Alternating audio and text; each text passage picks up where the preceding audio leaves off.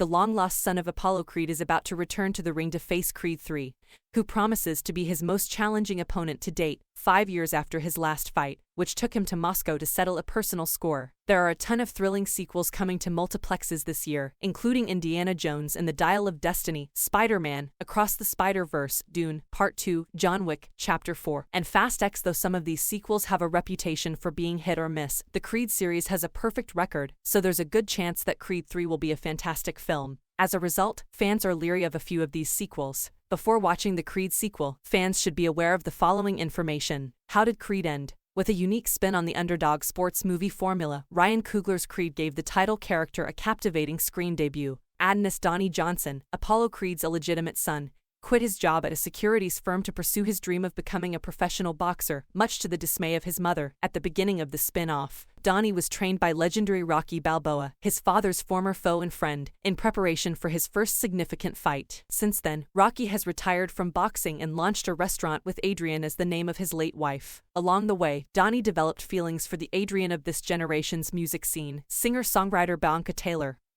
who has hearing loss. Tony Bellew, a real-life boxer, played Pretty Ricky Conlan, a conceited British boxer, in the film's final act. Donnie managed to win the crucial match after knocking Conlan to the ground for the first time in his professional career. Conlan prevailed via a split decision, but Donnie gained the support of the audience. Ricky Conlan won the fight, but Adonis Creed won the night, proclaimed Max Kellerman.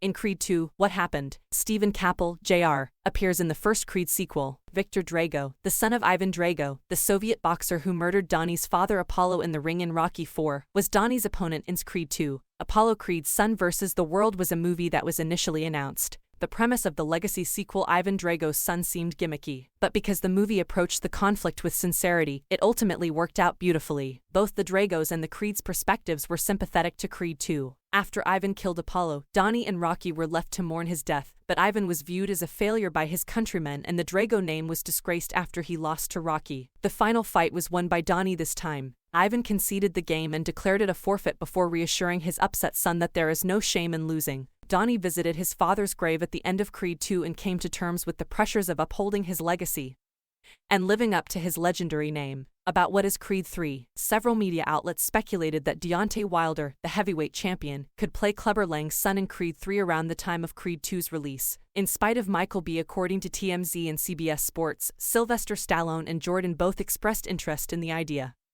However, Wilder won't play Lang's son in the threequel. Creed III is telling a brand new story instead of using the same formula as its predecessor. Following the events of Creed II, Creed III starts off with Donnie having a good situation. His family life is happier than ever, and his boxing career is flourishing. Then, after serving a significant amount of time in prison, Damian Dame Anderson, who was also his childhood best friend and is a formidable fighter, is released. According to the trailer, it appears that Dame holds Donnie responsible for his time in prison and is therefore preparing to take over the life that Donnie created for himself while he was imprisoned. When compared to Donnie, Dame has nothing to lose. Donnie is about to engage in his highest stakes, most intense emotional conflict to date in Creed III. Those in Creed III. For Creed III, a few important cast members are returning. Without Michael B., it wouldn't be a Creed film. Jordan is back in the movie as Donnie, and this is his first time directing. Phylicia Rashad will reprise her role as Donnie's adoptive mother, Mary Ann, in the threequel, along with Tessa Thompson as Donnie's romantic interest. Bianca Wood Harris as Donnie's trainer Little Duke, the son of Rocky and Apollo's trainer, Duke, and Tessa Thompson as Donnie's trainer. As Dame, Donnie's most recent foe and former childhood friend, Jonathan Majors has been cast.